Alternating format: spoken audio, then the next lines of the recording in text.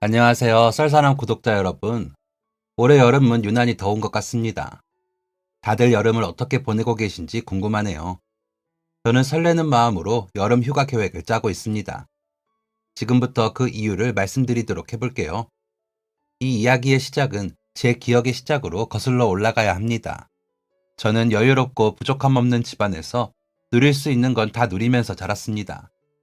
아주 오랜 시간 동안 임신을 시도하셨던 연로하신 부모님의 늦둥이 외동딸로 태어났기 때문이었죠. 두 분은 저에게 모든 것을 해주고 싶어 하셨어요. 여름에 겨울 과일이 먹고 싶다면 얼마든지 먹을 수 있었고, 가지고 싶은 물건은 얼마든지 가질 수 있었습니다. 다행히도 예절에 대해서는 아주 단호한 분들이셨기 때문에 문제를 일으키는 어른으로 자라지는 않았죠. 저는 배움의 기회도 많았어요. 많이 배운 부모님의 영향으로 학군이 좋은 곳에서 초중고를 나왔죠.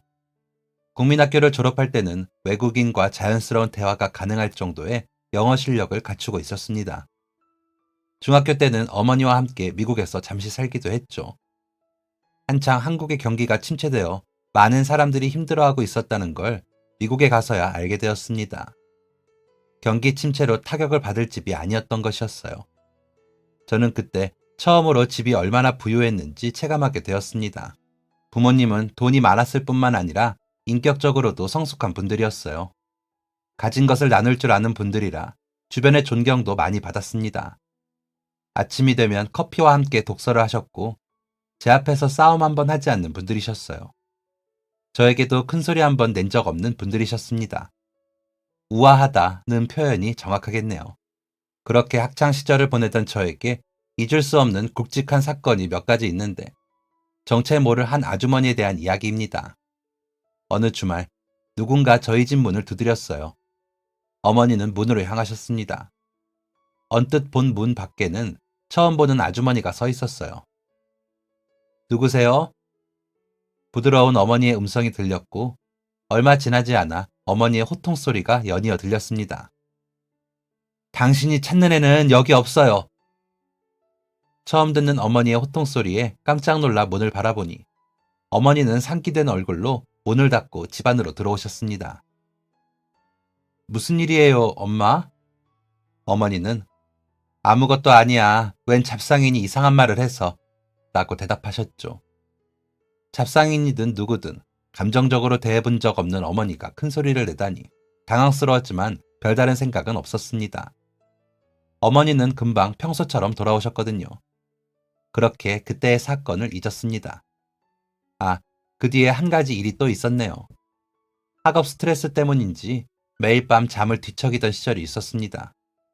매일 새벽 일어나서 화장실을 가는 게 루틴처럼 몸에 녹아 있었는데 그날도 어김없이 잠에 깊게 들지 못하고 화장실로 향했습니다. 밤 10시면 주무시는 부모님 방에 불이 켜져 있었어요. 한 번도 없던 일이었기 때문에 여전히 생생하게 기억나네요. 무슨 일로 두 분이 이 시간까지 깨어 있으신가 궁금한 마음에 다가갔는데 문 앞에서 들리는 말소리 때문에 발걸음을 멈춰야 했습니다. 조심스러운 어머니의 목소리가 들렸습니다. 어떻게 알고 여기까지 찾아왔죠? 대체 와서 뭐라고 했길래 그래요? 와서는 희영이를 찾잖아요. 애 이름을 알고 있었어요? 아니, 이름은 모르고 자기 사정을 얘기하는데 딱 들으면 알죠. 희영이 찾는 거인 거. 당신 놀랐겠네요. 놀라다 마다요. 주저앉을 뻔한 거 서 있느라 고생했어요. 그런데 여보, 어떡하죠? 이사라도 가야 하는 거 아니에요? 집이 멀어지면 희영이가 학교 다니기 어려워지니까 그건 좀 고민해보는 걸로 해요. 그래도 나는 너무 불안한데. 저러다가 희영이 앞에 나타나기라도 하면 어떡해요? 그것도 방법을 찾아봅시다. 또 한 번 나타나면 확실하게 경고를 하는 걸로 하고 당분간 희영이 등하교는 내가 같이 할게요. 별의별 생각이 다 드는 대화였어요. 나를 찾아온 사람이 누구길래 저렇게 심각하게 대화를 하시는지. 그리고 그 사람은 누구길래 내 이름을 아는 건지. 왜 나를 찾는 건지. 내가 뭘 잘못해서 찾아온 건지. 아니면 나를 가지고 부모님에게 무언가를 요구하려고 온 건지. 머리에 물음표가 가득 떠다녔습니다. 부모님의 이야기를 엿들었다는 건 비밀로 하고 당분간 아버지와 함께 등하교를 했어요. 물론 떠보기도 했습니다. 아빠, 왜 매일 데려다 주고 데리고 오는 거예요? 일하느라 피곤할 텐데. 학교는 나 혼자 다녀도 돼요. 아버지는 완곡히 거절하셨습니다. 아니야. 우리 희영이 더 크면 이런 것도 못해. 해줄 수 있을 때 해주고 싶어. 그 이후로는 더 묻지 않았습니다. 부모님이 이렇게 하시는 데는 다 이유가 있다는 생각에서였죠. 그렇게 한동안 조용한 일상이 지속되었습니다. 아버지도 안심하셨는지 아버지와의 등하교도 끝났습니다.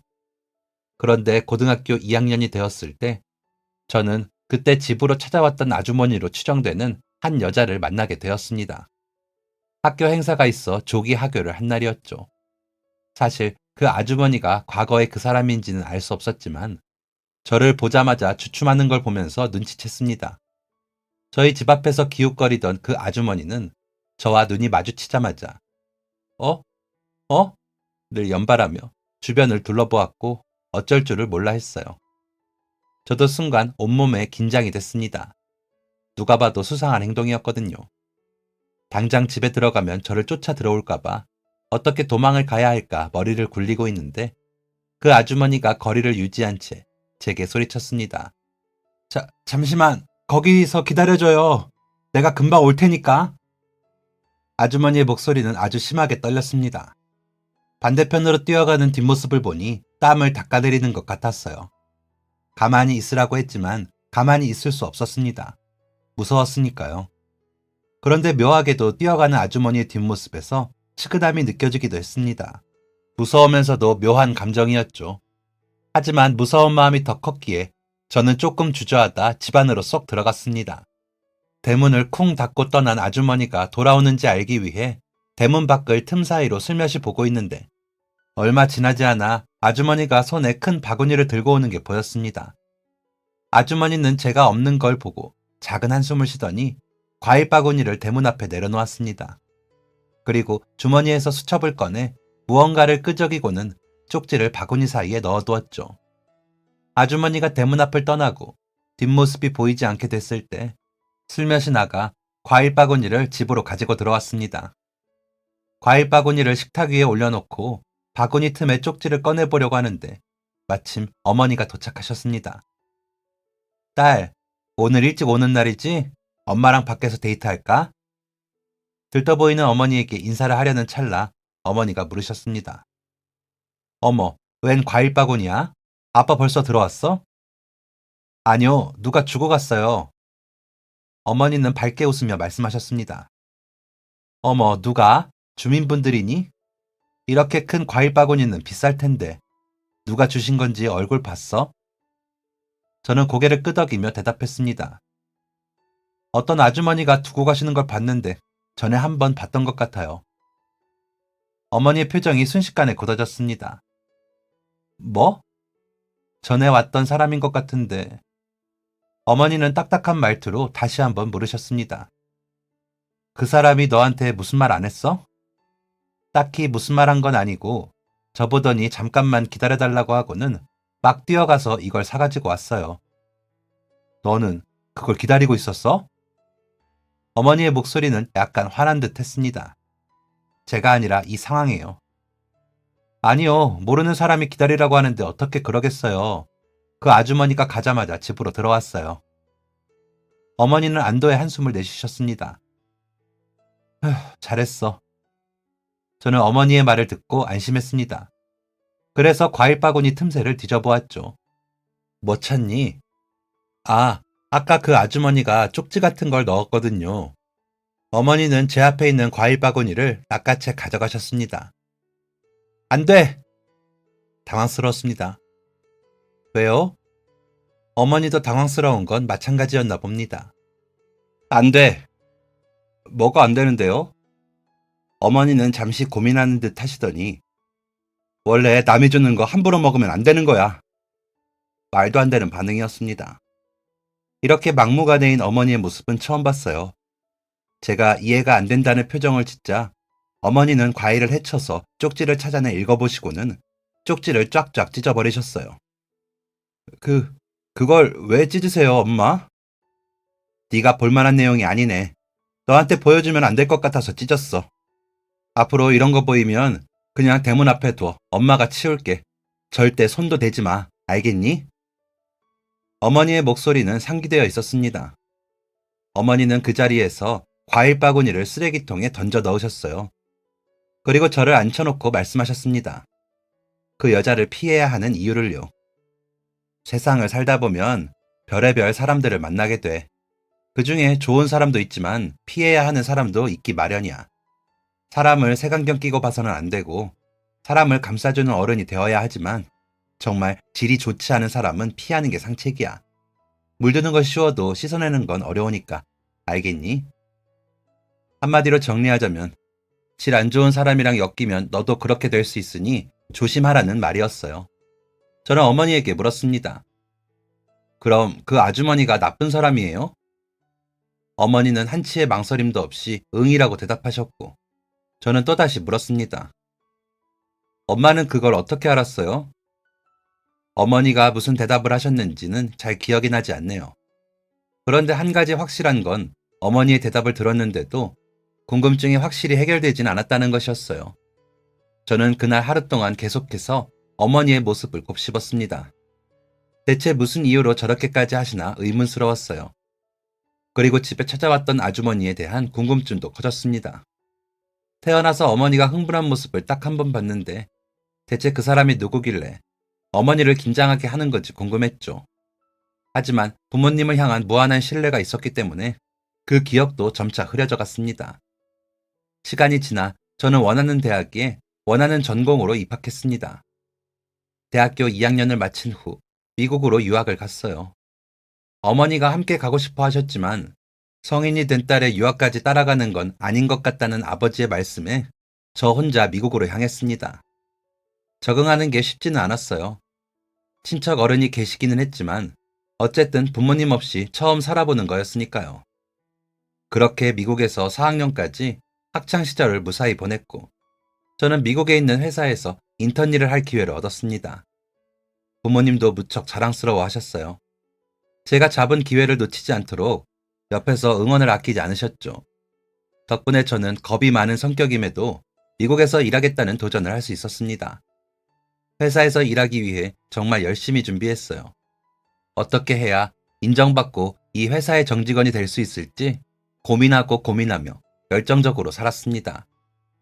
대학교를 다닐 때도 그렇게까지 열심히 살았던 적은 없는 것 같아요. 열정, 딱 그 말이 어울렸어요. 저는 정말 열심히 살았습니다. 오죽하면 주변 사람들이 왜 이렇게까지 하냐며 말릴 정도였죠. 저는 미국에서 살아남기 위한 최적의 방법을 찾았고 준비했습니다. 이제 모든 게 완벽해졌다고 생각했어요. 그런데 첫 출근을 앞둔 날, 한국에서 급한 연락이 왔습니다. 아버지가 많이 편찮으시다는 연락이었죠. 저는 그동안 준비했던 인턴십은 어떻게 할지 생각하지도 않고 그 다음날 새벽 한국으로 돌아오는 비행기를 탔습니다. 사실 제가 얼마나 열심히 한지 아는 어머니는 아버지의 건강은 괜찮으니 오지 말라고 하셨죠. 그런데 괜찮으니 오지 마라는 연락을 할 때는 아버지의 상태가 조금 안정이 된 상황이었던 거고 처음 쓰러지셨을 때는 아주 심각한 상황이었다고 해요. 그러니까 저에게 연락을 하셨겠죠. 아버지가 쓰러진 이유는 뇌졸중이었습니다. 갑작스러운 상황에 어머니와 저는 패닉 상태에 빠졌죠. 언제까지고 건강할 것만 같았던 아버지가 하얀 병원복을 입고 누워있는 걸 보니 마음이 무너지는 느낌이었습니다. 뇌졸중으로 쓰러진 뒤 기적적으로 회복한 사람들의 이야기를 보며 희망을 얻으려 했습니다. 매일같이 어머니와 함께 아버지의 손을 잡고 기도했습니다. 아버지가 제발 깨어나게 해달라고요. 하지만 하늘은 제 기도를 들어주지 않았습니다. 아버지는 얼마 버티지 못하시고 병원에서 생을 마감하셨습니다. 아버지가 돌아가신 뒤 소식을 듣고 온 많은 사람들이 아버지의 마지막 길을 배웅해 주셨고 응원해 주셨죠. 그런데 어머니는 동네 꼬마아이던 시절부터 함께 했던 아버지와의 이별을 쉽게 받아들이지 못하셨습니다. 어머니는 텅 빈 동공으로 빈 곳을 바라보며 말씀하셨습니다. 기영아, 네 아빠 참 너무하지? 최소한 마음의 준비는 하게 해줘야 하는 거잖아. 어떻게 이렇게 갑자기 떠나버리니? 저는 제가 준비하던 모든 것을 멈추고 어머니의 회복을 위해 힘썼어요. 어머니는 늘 제게 미안해 하셨습니다. 미국으로 안 돌아갈 거야? 엄마를 두고 어떻게 가요? 이럴수록 어머니의 미안함은 커져갔습니다. 네가 얼마나 열심히 준비했는지를 엄마가 아는데 어떻게 두고만 봐. 엄마는 걱정하지 마. 가서 네가 하고 싶은 거 해야지. 네가 이러면 네 아빠가 얼마나 슬퍼하겠어. 엄마가 비행기표 끊어줄 테니까 더 늦기 전에 가. 제 고집은 꺾기 어려운 것이었죠. 어머니는 제게 미안한 만큼 회복에 힘쓰셨습니다. 덕분에 마음을 되잡는 듯 보였지만 어머니는 건강을 회복하지 못하셨습니다. 스트레스성 위염을 동반한 여러 가지 질병으로 신경이 예민해지고 건강이 쇠약해지셨죠. 그렇게 몇 년 동안 마음고생, 몸고생을 하던 어머니는 제 곁을 떠나셨습니다. 어머니는 떠나기 직전 이렇게 말씀하셨습니다. 그래도 네 아빠보다는 내가 낫지. 우리 딸 그동안 고생 많았어. 엄마가 아프다가 가서 미안해. 이제 우리 딸이 하고 싶은 거 다 하면서 살아. 부모는 눈을 감는 그 순간까지도 자식에게 미안한 게 참 많은 존재라는 걸 그때 처음 알았네요. 그렇게 어머니를 보내드린 뒤 제게도 애도할 시간이 있었으면 참 좋았겠지만 불행히도 어머니가 저를 영영 떠나신 후 슬퍼할 수 있는 시간은 없었습니다. 부모님의 유언장을 보고 친척들이 득달같이 달려들어 부모님의 유산을 탐냈거든요. 어머니와의 헤어짐을 실감하기도 전에 그들과 싸워야 했습니다. 그 돈이 다 어떻게 네 돈이냐? 젊은 게 욕심만 많아가지고. 우리 오빠가 나를 얼마나 예뻐했는데 나한테 돈 한 푼 안 남겼다는 게 말이 돼? 말도 안 되는 조건을 달며 유산을 나눠달라고 했죠. 회유하는 사람도 있었습니다. 내가 부동산 투자 잘하는 거 알지? 지금 재개발되는 거 확정된 곳이 있는데 아직 사람들이 잘 몰라. 그래서 지금 투자하면 최소 10배로 받을 수 있다니까. 그거 주면 내가 몇 배로 불려줄게. 믿어봐. 사람에게 질리더라고요. 법적인 방법을 동원해서 부모님의 재산을 지켜냈습니다. 너무나 다행이죠. 그렇게 몸과 마음이 지쳐있을 때 저는 또다시 그 아주머니를 만났어요. 학창시절 저를 만나러 왔던 과일 바구니를 가지고 오고 부모님에게 거칠게 쫓겨난 그 여자였죠. 변호사 사무실에서 집으로 가는 여자를 보았을 때 이제는 이상하다는 생각이 아니라 무섭고 소름이 돋았습니다. 저는 잔뜩 긴장한 채 물었습니다. 당신 누구예요? 도대체 왜 나를 쫓아다니는 거예요? 우리 부모님이랑 무슨 사이길래 나한테 이러냐고요. 우리 어머니 돌아가셨다는 소식 듣고 온 거예요? 여자는 말이 없었습니다. 저는 더욱 공포에 사로잡혔어요. 묘한 여자의 표정을 보면서 대체 나한테 원하는 게 뭐길래 나한테 이러는 걸까 생각하며 불안감에 떨었죠. 무슨 말이라도 해봐요. 대체 왜 찾아오냐니까요? 저는 여자를 두고 도망쳤습니다. 어머니의 장례를 마치고 가장 먼저 한 일은 유언장 정리였고 부모님의 소중한 재산을 지킨 후 그 다음으로는 제 일상을 회복하는 것이었어요. 인턴십부터 시작해서 많은 계획이 어그러졌지만 그렇게 하지 않으면 살 수 없을 것 같았습니다. 이미 많이 연로하셨지만 늦둥이인 탓에 다른 사람들보다는 부모님과의 이별이 일렀거든요. 그렇게 일상을 회복하는데 꼬박 1년이 걸렸던 것 같습니다. 그런데 또 그 여자가 제 눈앞에 나타났습니다. 그것도 아주 당당하게. 제 회사 앞으로요. 대체 내 회사는 어떻게 알았는지 두렵고 떨렸습니다. 뒤를 돌아 도망치려고 하는데 눈이 마주쳤던 그 여자가 달려와서 제 손목을 잡았어요. 깍! 기겁을 하며 손을 빼자 주변의 시선이 몰렸습니다. 여자는 애원하는 목소리로 말했어요. 제발 나한테 30분만 내줘요. 내가 할 얘기가 있어요.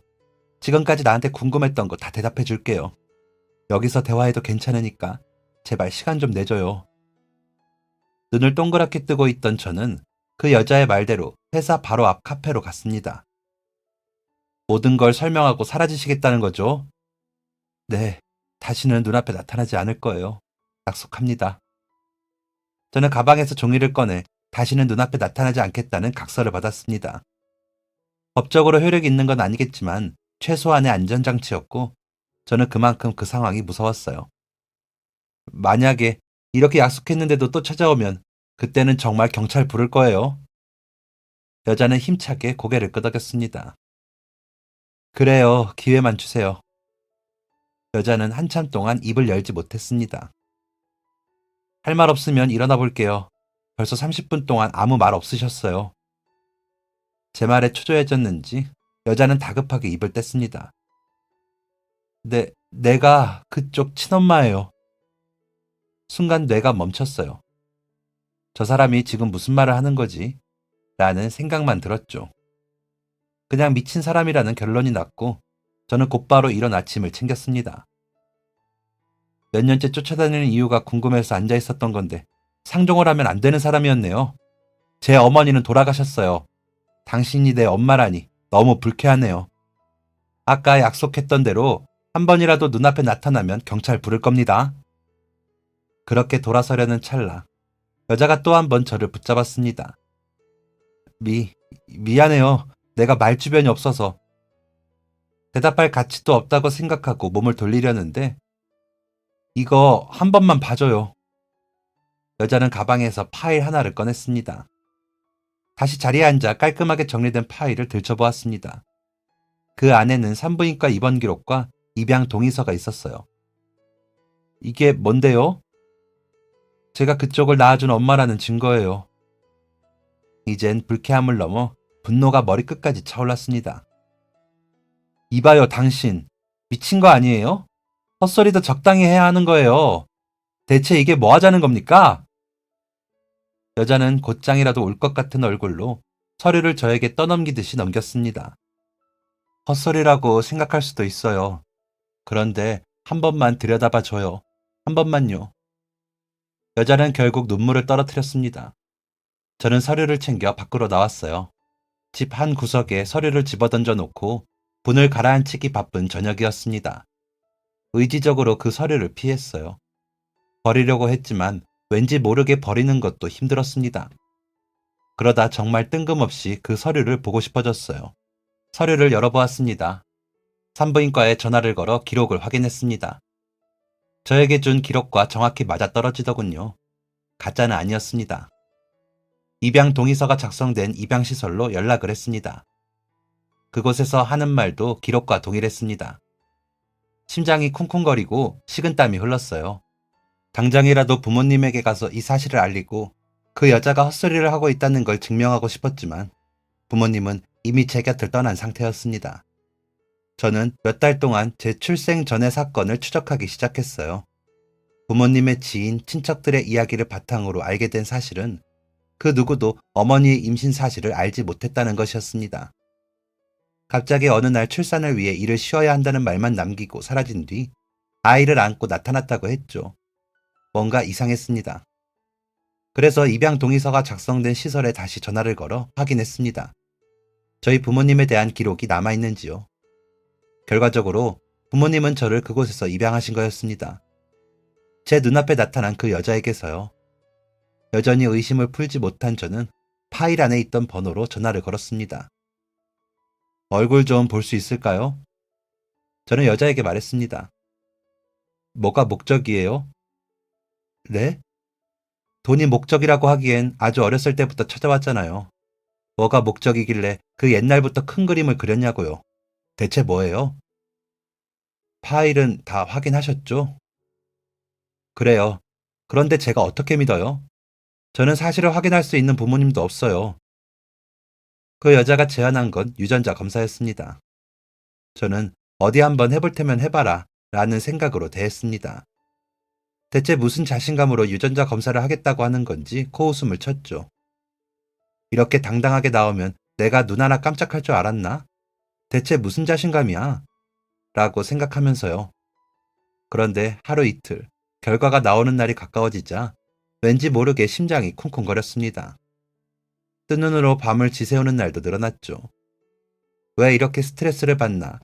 진짜 아니라고 생각하면 스트레스를 받을 이유가 없는 게 아닌가? 생각해 보던 중에 알았습니다. 저는 제가 정말 버림받은 아이일까봐 걱정하는 거였어요. 그리고 혼란스러웠습니다.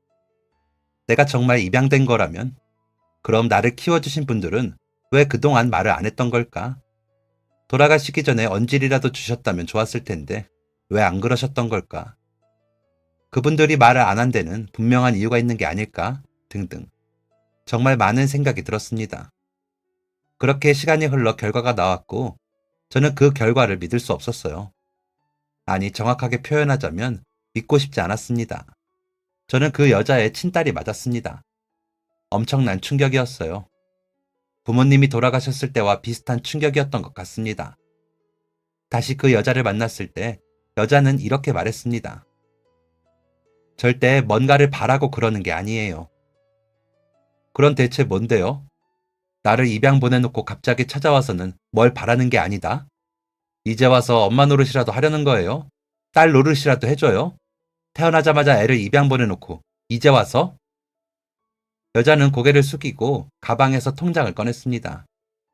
역시 돈이네 라는 생각이 들었을 때 여자가 말했습니다. 제가 평생 모은 돈이에요. 받아주세요. 돈을 줄 생각이었는데 돈을 달라니? 저는 통장을 받아들어 열어보았습니다. 딱 봐도 큰 액수가 찍혀 있었어요. 추레해 보이는 이 여자가 어떻게 돈을 모았는지 궁금할 정도였죠. 이걸 왜 나한테 줘요? 여자는 긴 이야기를 시작했습니다. 첫 이야기는 저를 가지기 전 시점으로 거슬러 올라갔어요. 저는 아주 잘 사는 집은 아니었지만 그래도 썩 괜찮은 집에서 자랐다고 얘기할 수 있어요. 다른 집에 비해 집안이 엄했다는 것을 빼고는 남들과 다를 거 없이 평범하게 자랐다고 생각했는데 그 평범함은 성인이 되자마자 사라졌어요. 집안의 결혼 압박이 시작됐거든요. 여자가 말하는 과거는 바로 어제 이야기처럼 생생했습니다. 여자의 이야기의 시작은 영화의 한 장면 같았습니다. 아주 오래전에 봤던 사람이었어요. 친구 오빠의 친구였는데 스쳐 지나가면서 인사했던 게 전부였던 사람이었죠. 아주 멀다고 느껴지는 과거의 인연을 다시 보게 되니 신기하더라고요. 여자는 그 남자를 만나고 느껴진 호기심이 첫사랑의 시작인지 몰랐다고 합니다. 첫사랑의 풋풋한 감정으로 대화하고 마주치다 보니 사랑에 빠지는 거 한순간이었다고 했죠. 물론 이 사실을 알게 되기까지는 시간이 걸렸지만요. 첫사랑이 시작되었다는 것도 모른 채 집안의 결혼 압박은 점점 심해졌다고 합니다. 매일같이 맞선이 들어왔어요. 부모님은 제 앞에 사진을 몇 장씩 깔아두고 물어보셨죠. 그중 한 명을 선택하라는 것도 아니었어요. 순서를 고르라는 거였어요. 그 당시 제 나이가 20이었는데 솔직히 말하면 끔찍한 기억이에요. 저는 그런 결혼 압박이 제 인생을 가시밭길로 만들었다고 생각해요. 이해가 갔습니다. 20살이라면 하고 싶은 것도 많고 보고 싶은 것도 많을 나이인데 결혼 압박에 시달렸다니 지긋지긋한 과거일 수밖에 없죠. 일을 하고 싶지만 할 수 없었어요. 시집을 가는 게 우선이라고 생각하던 분들이었기 때문에 일은 뒷전이었거든요. 결혼하면 너 하고 싶은 거 다 하라고 말씀은 하셨지만 직감적으로 알았어요. 결혼하자마자 매일 거라는 걸요. 제 어머니가 그랬던 것처럼. 왜 그렇게까지 딸의 결혼에 집착했는지는 모르겠을 때 여자가 말했습니다. 그게 저를 위한 일이라고 생각했기 때문에 그러셨던 거예요. 간혹 있었다던 딸 장사도 아니었고 부모님은 저를 정말 사랑하셨어요. 어머니는 남편을 보필하고 집안에서 가정을 돌보며 희생하는 게 여자의 역할이고 최고의 행복이라고 생각하셨기 때문에 그러셨던 거죠. 여자는 결혼을 통해 완성된다고 하셨으니까요. 그래서 끊임없이 맞선을 주선하는 부모님에게 큰 소리를 내지 못했나 봐요. 고작 20살이었던 여자는 혼란스러운 마음으로 맞선을 보러 다녔다고 합니다. 억지로 나온 맞선이 즐거웠을 리 없죠. 상대가 어떤 말을 해도 지루했고 시간이 빨리 지나가기만을 바랐다고 합니다. 그런 마음을 상대방이 몰랐을 리가 없죠. 당연히 맞선은 제대로 이루어지지 않았습니다. 늘어만 가는 부모님의 한숨보다 여자를 더욱 힘들게 했던 건 점점 자주 생각나는 그 남자였습니다. 몇 번 본 적도 없는 사람이었는데 다른 남자들을 만날수록 더 생각났어요. 왜 이렇게까지 떠오르는 건지 알게 되는 데는 시간이 꽤 걸렸어요. 첫사랑이라는 사실을 알아차리는 건 꽤 어렵더라고요. 그래서일까요? 여자의 사랑은 특히나 애틋했다고 합니다. 여자는 부모님 몰래 남자를 찾아갔고 두 사람은 축복받지 못하는 만남을 시작했어요. 그리고 축복받지 못하는 생명을 가지게 되었죠. 한참 동안 여자의 말을 듣기만 하던 저는 처음으로 물었습니다. 당신이 내 친모라는 건 알겠어요. 그런데 축복받지 못한 아이를 가졌다는 말을 하는 걸 보면 축복받지 못하는 아이였기 때문에 버릴 수밖에 없었다는 말을 하려는 건가요? 날카로운 목소리에 여자는 잠시 멈칫했습니다. 나는 그래도 아이를 지키려고 했어요. 아니, 지켰어요. 그 결과가 지금 내 눈앞에 있는 당신이에요. 저도 멈칫했습니다. 사실 머리로는 알고 있었어요. 이 사람은 돈을 바라고 나를 찾아온 게 아니라는 걸요. 하지만 그 사실을 인정하고 싶지 않았습니다. 나를 한번 버렸다는 사실이 저를 분노하게 만들었거든요. 또 부모님이 살아생전에 여자를 심하게 내쫓은 데는 이유가 있을 거라고 생각했습니다. 내가 당신을 지켰다는 증거는 내 눈앞에 있는 당신이에요. 여자는 한 번 더 강조했습니다. 저는 입을 다물었고 잠시 후 이야기가 다시 시작됐습니다. 아이를 가진 채로 도망쳤어요. 몇 번 찾아오기는 했지만 아무도 나를 모르는 곳으로 도망가니까 거기까지 찾아오지는 못하더라고요. 연고 없는 곳에서 지내는 게 쉽지는 않았지만 사랑하는 남자와 함께 있다는 사실만으로 충분히 위안이 됐다고 합니다. 사랑하는 사람과 단둘이 있는 것만으로도 행복했지만 뱃속에 아이가 있다는 사실은 더더욱 행복했어요. 그러나 그 행복은 오래가지 못했습니다. 남편이 사고로 일찍 이 세상을 등졌기 때문이었죠. 그런데 하필이면 그때 당시 여자는 만삭이었습니다. 남편의 죽음에 충분히 슬퍼할 시간도 없이 출산을 준비해야 했죠. 그런데 남편이 떠나자마자 여자의 가족들이 어떻게 알았는지 여자를 찾아왔습니다. 찾아온 목적은 뚜렷했습니다. 이때다 싶어서 찾아온 거였어요. 여자는 한번 숨을 들이켜고는 어렵게 말을 꺼냈습니다. 아이를 지우고 결혼을 하라는 말이었죠. 남편 없이 여자가 혼자 아이를 어떻게 키우냐고. 저는 말을 잃었습니다. 처음으로 불같이 화를 냈어요. 대체 어떻게 한 건지 그렇게 완강하던 부모님이 한풀 꺾이시더라고요. 얼마 지나지 않아 진통이 시작됐고 여자는 출산을 위해 병원으로 향했습니다. 보호자도 없는 출산. 수월했다면 얼마나 좋았을까요? 순사는 바라지도 않아요. 남들만큼만 아프고 남들처럼 아이를 낳을 수 있기를 바랐어요. 그런데 엄청난 고통에 악소리도 못 내고 힘만 주던 여자는 잠시 정신을 잃었습니다. 그런데 눈을 뜨고 나니 바닥은 이미 피바다였어요. 아이를 낳으면서 출혈이 있었는데 출혈이 도무지 잡히지 않았고 계속해서 수혈만 하는 상황이었다고 합니다. 최악의 상황까지 생각해야 하는 상황에 병원 관계자들은 보호자를 찾았지만 남편은 없었죠. 한시가 급한 상황이었는데 말이죠. 그 이후로는 기억이 없다고 합니다. 눈을 뜨고 나서 가장 먼저 본 사람은 어머니였다고 해요. 어머니는 여자의 손을 잡고 한참 동안 울었다고 합니다. 자신의 어머니가 왜 여기 있는 건지, 어떻게 알고 온 건지, 왜 나를 부둥켜 안고 이렇게 우는 건지 궁금했을 법도 한데 여자의 머릿속에는 단 한 가지의 궁금증밖에 없었습니다. 아이는? 여자는 물었어요. 아이는요? 여자의 어머니는 아무 말 없이 밖으로 나가 의사를 데려왔습니다. 오자마자 제 상태를 살폈어요. 무슨 일이 있었던 건 분명한데 몸을 손 하나 까딱할 수 없으니 답답한 노릇이었어요. 의사가 들어오는 순간 아이는 어떤지 물었는데 의사는 답이 없었어요. 한참 몸을 살핀 의사에게 또다시 물었지만 답이 없었죠. 불안감이 엄습했어요. 정신을 잃기 전에 봤던 피바다가 떠오르면서 심장이 쿵쿵 뛰었어요. 의사는 한참 동안 여자의 얼굴을 보더니 감정이 느껴지지 않는 말투로 말했습니다.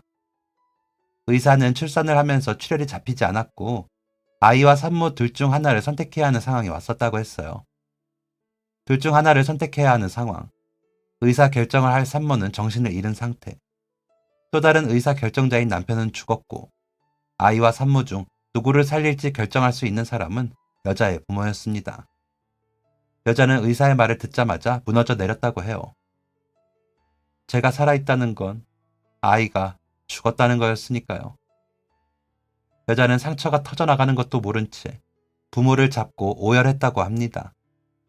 왜, 왜 나를 선택했냐고. 아무리 미운 아이라지만 그래도 딸의 자식이지 않냐고. 대체 왜 그랬냐고.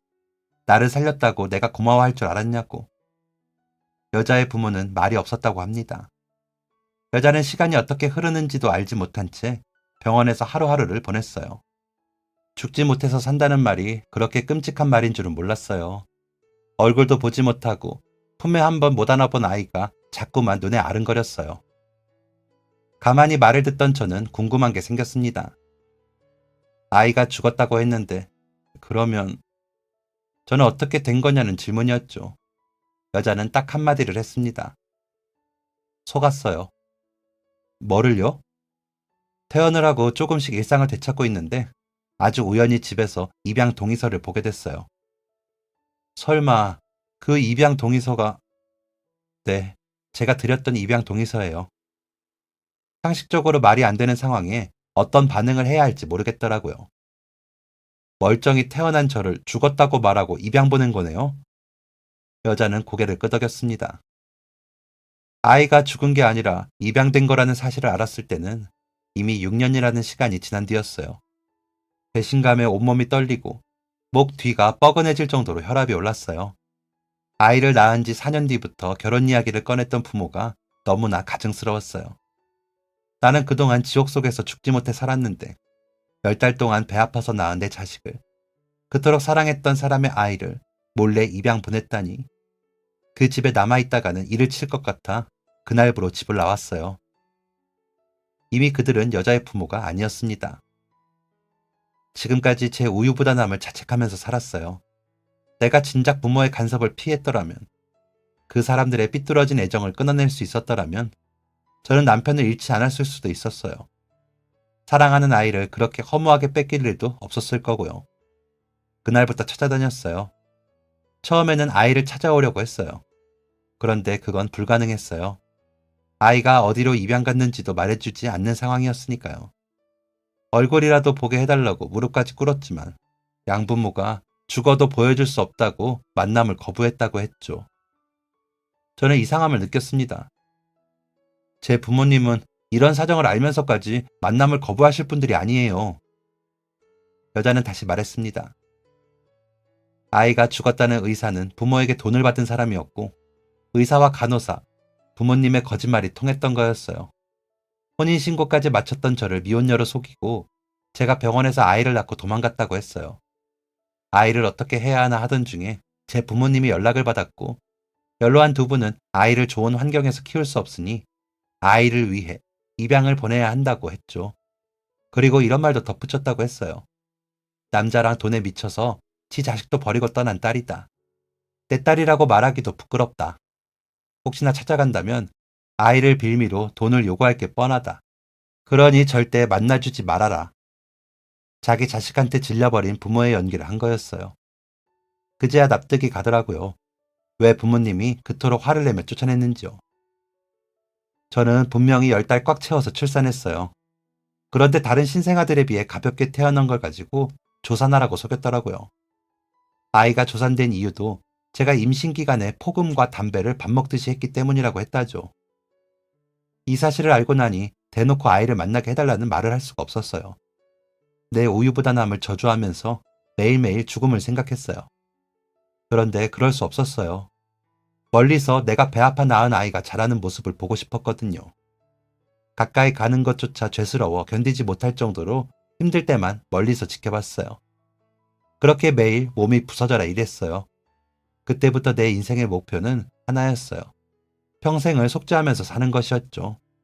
선물 같은 아이를 남겨준 남편에게, 어른들의 미숙함으로 태어나자마자 입양을 간 아이에게요. 그리고 그 방법이 돈을 버는 거였어요. 제가 할 수 있는 건 그것뿐이었으니까요. 여자는 하루에 3시간씩 자며 일을 했습니다. 어떤 굳은 일도 마다하지 않았다고 했죠.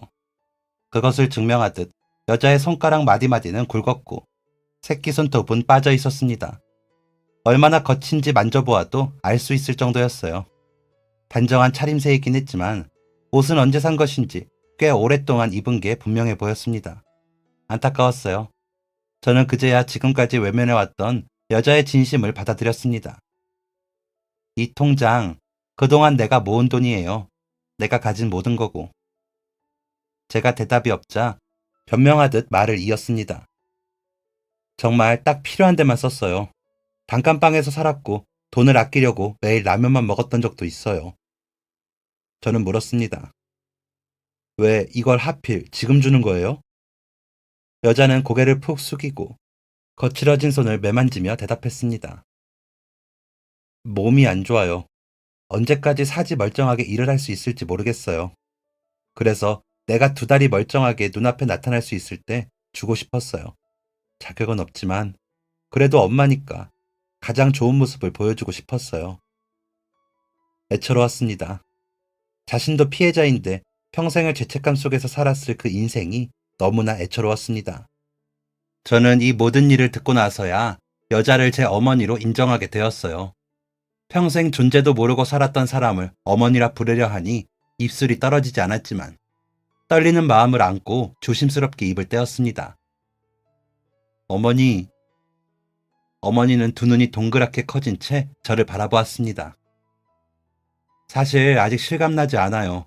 나를 낳아준 어머니가 따로 있었고 그분이 당신이라는 게. 하지만 더 듣지 않아도 알아요. 어머니는 평생 동안 죄책감으로 살았던 고통받은 피해자 중 한 명이었다는 걸요. 어머니는 터져나오는 눈물을 숨기지 못하고 얼굴을 가리고 고개를 숙인 채 한참을 흐느끼셨습니다. 저는 그 옆에 앉아 차오르는 눈물을 꾹 삼켰습니다. 어머니의 감정이 조금 진정되자 곧장 어머니가 지낸다는 곳으로 향했습니다. 정말 깜짝 놀랐어요. 다 쓰러져가는 빌라의 단칸방이 어머니의 집이었거든요. 건물 외관은 지저분했지만 어머니의 방은 깨끗하게 잘 정돈된 상태였습니다. 하지만 건물 자체가 오래되다 보니 군데군데 곰팡이 자국과 습한 기운이 남아있었어요. 저는 단칸방 한가운데에 앉아 집을 둘러보았습니다. 방석이라도 줄까? 이런 데는 처음 왔을 텐데. 아이고. 어머니는 어쩔 줄 몰라 하셨습니다. 그리고 저는 마음이 아팠습니다. 어머니가 가지고 있던 모든 것들은 오래되고 당장 쓸 수 없는 것들 뿐이었거든요. 저는 어머니를 모시고 제 집으로 돌아왔고 그 다음날 바로 어머니를 병원에 모시고 갔고 어머니는 일주일에 입원 치료가 필요하다는 진단을 받았습니다. 저는 어머니를 병원에 모신 뒤에 어머니가 살던 집을 처분했습니다. 낡고 해져서 삭은 옷들, 군데군데 기워 입은 바지를 처분할 때는 가슴이 미어지더라고요. 얼마나 아끼고 살았는지 그동안 어머니가 지나온 세월이 고스란히 느껴졌습니다. 어머니가 입원해 계시는 동안 저는 그동안의 흔적을 모두 없앴고 어머니가 퇴원하신 후에 제가 준비한 깜짝 선물을 보여드렸습니다. 그리고 그 선물을 본 어머니는 눈을 휘둥그레 뜨며 입을 막으셨습니다. 그 선물은 앞으로 저와 어머니가 함께 살 집이었거든요. 이런 집에서 지내면 된다고? 네가 돈이 어디 있어? 괜찮아요. 나 돈 많아. 사실이었습니다. 평범한 회사원이었지만 키워주신 부모님께 받은 유산이 상당했거든요. 의미 있는 곳에 쓰고 싶어 아껴둔 돈이었는데 그 돈을 평생 동안 가난하게 죄인처럼 속지 않은 마음으로 살아온 어머니를 위해 쓰게 되었다는 사실에 참 다행스러웠습니다. 저는 어머니가 저에게 주셨던 돈에 제 돈을 얹어 돌려드렸습니다. 이걸 왜 나한테 다시 주니? 이제 엄마의 인생을 사세요. 죄인인 아내, 죄인인 엄마로 살지 마시고 여자 박미연으로 사세요. 바다도 보고 산도 가보고 봄, 가을에는 꽃 구경, 단풍 구경도 가고 또래 친구들이랑 술도 한잔하고 그렇게 사세요. 어머니는 여전히 불편한 얼굴이었습니다. 나를 낳아줬잖아요. 나 자라는 동안 행복했어요. 양부모님인지는 모르고 자랐지만 두 분은 저를 참 많이 사랑해 주셨어요. 그러니까 너무 죄책감 가지지 마세요. 난 사랑받으면서 자란 아이였고 사랑을 줄 줄도 아는 사람으로 자랐어요. 내가 이런 사람이 될 수 있었던 건 엄마가 나를 낳아줬기 때문이에요. 그것만으로도 자격이 충분해요. 저는 어머니가 뼈가 삭도록 일해서 번 돈을 자기 자신을 위해 쓰기를 바랐습니다. 평생의 노력을 보상받기를 원했어요.